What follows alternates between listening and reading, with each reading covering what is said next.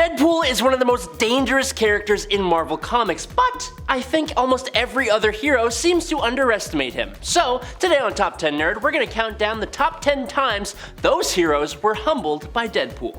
Number 10, the Hulk. Now we're starting off this list with a big one. I could have easily chosen all of my spots from when Deadpool killed the Marvel Universe, but while Deadpool has defeated the Hulk and many others, that's not actually canon. But luckily, we do have a canon example of when Deadpool defeated the Hulk. This took place in the 1997 volume of Deadpool in issue number 4, when Deadpool needed to challenge the Hulk to get some of his blood in order to counteract the gamma radiation that was affecting Deadpool. The Hulk at this time was making Duck Key his own little paradise, and Deadpool, scared out of his wits, went in this fight just trying to ask for some of the green stuff coursing through the Hulk's veins. Unsurprisingly, the Hulk was not about it. After trying his darndest to get what he wanted, the Hulk was just a bit too much for Wade to handle, so he came up with a cunning plan.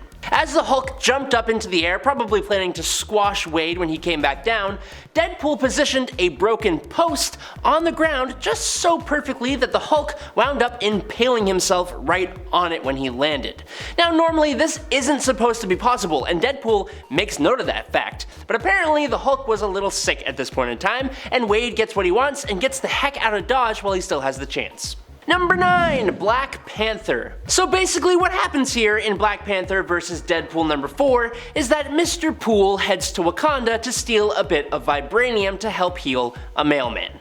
Yes, that is the actual reason. Okay, so Black Panther manages to de-head the merc and then put him back together, restraining him and going through his stuff, particularly his utility belt pouches, in a Wakandan lab. Now as these two are having a very entertaining back and forth, Deadpool reveals that he has pulled a fast one on T'Challa, as he has some C4 in one of those pouches on a timer that is about to go off. Which it does, since there are way too many pouches for T'Challa to find it in time, which is hilarious. Wade actually ends up grabbing a red ceremonial Wakandan necklace and putting it on. Now this was actually a prototype Panther habit. The suit analyzes his DNA, and since Black Panther has everybody's DNA on file, it bestows itself onto Deadpool. It remakes itself on Deadpool, adapting to his usual color scheme and the weapons that he likes to use. Christening himself Pantherpool, or Dead Panther, no, Pantherpool, Pantherpool's better. It also pretty much brings him up to par with the true Black Panther, which is proven when the two get into a bit of fisticuffs, until Wade's pocket-sized teleporter activates and he teleports to the Great Mound, aka the Vibranium Mine of Wakanda, which he then accidentally teleports to right outside New Jersey, the whole mountain. Number 8, Wolverine. Deadpool and Wolverine first met in 1994's Wolverine number 88. Now while Wolverine may be stronger, Deadpool's speed, healing factor, his skill in combat, and his absolutely buck-wild behavior has allowed him to get the drop on Wolverine and do a lot of damage many different times. In their first ever encounter, the Merc with a Mouth ambushes Wolverine while he's checking up on Garrison Kane, who's another Weapon X experiment. Now during the ensuing fight, Deadpool earned his reputation as one of Marvel Comics' most brutal mutants by stabbing his two swords into Wolverine's heart and lungs. Now while this typically wouldn't phase the healing mutant, Wolverine had recently lost his healing factor during a bout with Magneto. Now thankfully for Wolverine, his healing factor had begun to slowly return in the days leading up to this fight with Deadpool, allowing him to survive the wounds he'd suffered and win a rematch later on, but he even needed help to do that. It was brutal. Number 7, Daredevil. Now, I wasn't able to find and read the actual comic that this page comes from, but I do know it is in Marvel Now issue number 11, so if you can give me more context to this moment, feel free to do so down in the comments. Essentially, Daredevil had managed to capture Wade and hog-tie him up. As Daredevil is talking with some civilians, Daredevil breaks his own fingers to escape from his confines. He then asks Daredevil where the nearest hospital is. That would be Mount Sinai Medical Center, about 5 blocks away from where they were. Deadpool tells D.D. that he better get a move on, as Deadpool then, out of nowhere, blasts one of the civilians in the leg. Now Daredevil is obviously pretty peed off about this, as Deadpool damaged the civvy's femoral artery, but luckily for Daredevil, Deadpool heard Mount Sinai Medical Center is about 5 blocks away. As Deadpool storms off with Daredevil saying this isn't over, all Deadpool can say back in retort is BRB JK LOL. It's kind of funny. not gonna lie. Number 6, Daredevil again. This time I was able to find and read the actual comic. Yay! Okay, so back in the 1990s, it was quite common for comics to feature iconic duels and let the readers decide the outcomes through a voting system. 1999's Contest of Champions Volume 2 number 4 is a perfect example of this when Daredevil faces off against Deadpool. Deadpool does not fight fair. We know this to be true from the last point, and Daredevil should too. The problem for Daredevil is that he's just too much of a good guy hero. Deadpool takes complete advantage of that fact by throwing a very tiny wrapped up fresh little human off of the roof that the two are fighting on. When Daredevil naturally rushes to save the little one, he goes careening off of the building, catching the wrapped up kid, and he lands in a dumpster. This is when he realizes that the kid was actually not a kid at all, but a doll of Deadpool with a tape recorder of, and I quote, "authentic fake baby noisemaker guaranteed to fool superheroes every time," end quote. This is when Deadpool pops up behind Matt Murdock with his fully loaded placed squarely on DD's noggin. Luckily we cut away before Wade finishes the job, but he got him pretty good there. Number 5, Hawkeye.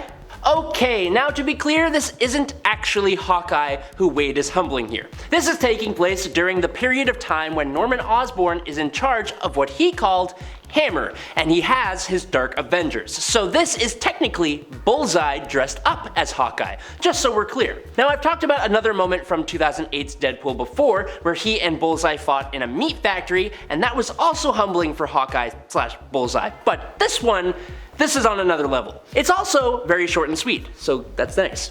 So in the very next issue, after Bullseye recovers from their last fight in the meat factory, he sets up a trap for Deadpool, who had set up a trap for him. They made a trap for each other. Instead, Deadpool gets very frustrated and just goes out to find Lester on his own. Now driving in a massive truck with huge massive wheels, he passes under a highway bridge where Hawkeye / Bullseye was waiting with a rocket launcher. He fires this at Deadpool, who sees it coming in the rearview mirror, and then he slams on the brakes, drifts the car sideways while rolling down the windows, allowing the rocket to just smoothly fly through the cab of the vehicle and out the opposite window, blowing up in the distance. And all Bullseye / Hawkeye can do is admit how awesome it was. Because it was awesome. It was super cool. Number 4, all of the heroes. Literally all of them. In Marvel's Dark Ages, the awakening of a cosmic war machine known as the Unmaker forced Doctor Strange to create a magically induced electromagnetic pulse that permanently shut down all electronic devices, plunging the world into darkness. Now from the moment the mutant Apocalypse became aware of the Unmaker and the celestial level power the ancient machine possessed, he made it his mission to reawaken it and claim that power for himself. Now knowing that he couldn't accomplish that by himself, Apocalypse kidnapped many of the world's greatest inventors and used the Purple Man's mind control abilities to force them to create a device that would allow him to merge his mind with the Unmakers. Now that is all really hard to follow, and I'm sorry, but when the heroes made their way to Europe, where Apocalypse was doing all of this, they were met by Deadpool, who acted as their guide, bringing them all the way to Apocalypse's setup in Paris. With Purple Man controlling a whole squad of mind-controlled heroes, the good guys were gonna have a hard time fighting them, except out of nowhere,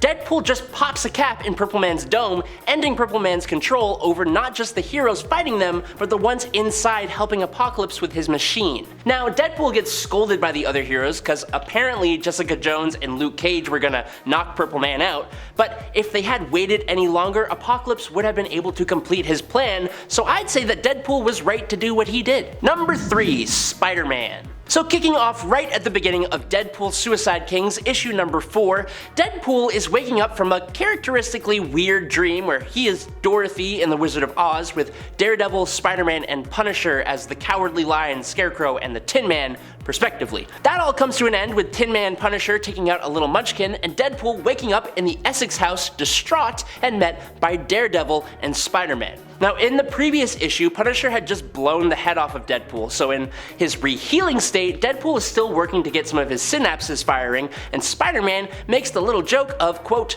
"So what was your excuse before your head exploded? Ha ha ha," which is kind of funny actually. But then Deadpool says Spidey should be off facing one of his mortal enemies, like the 90-year-old Vulture, or the "hey everyone, I'm really tall, I fight on stilts, Stilt Man," or whatever the hell Gibbon is supposed to be. But then Deadpool goes even more obscure with a reference to the villain Mindworm, who was a big-headed mutant that fed on people's emotions, and then he referenced the kangaroo.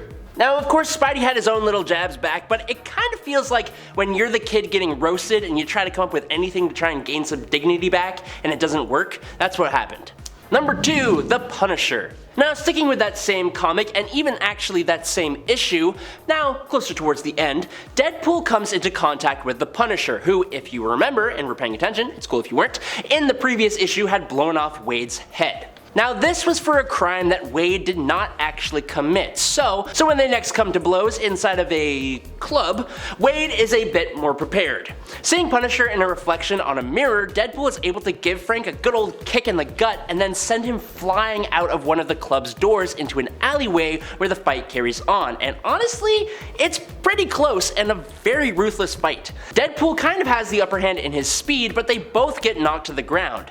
For me, it's the moment where Deadpool is on the ground and he sees Castle as Satan for like a split second. He grabs Punisher by his hair and just slams him face first into the pavement, breaking the guy's nose. In return, Punisher bites off Deadpool's nose, and the whole fight sort of ends in a draw when Punisher finds out Deadpool is innocent and they go off to interrogate some criminals. Now, this is the main humbling moment in my opinion. Frank is interrogating a criminal who is clearly lying, but before Frank can do anything, Deadpool blasts the guy's foot off, and when Frank asks why, Deadpool says, "Because you were going to do it, and this is my book," leaving Frank completely confused as to what's going on. And in at number 1 today, it's Captain America. The villain Dr. Bong was a goofy villain, even during the Golden Age. He has a metal ball where his left hand should be, and he uses it to create concussive blasts by striking the appendage against his bell-shaped head. That's actually what he does.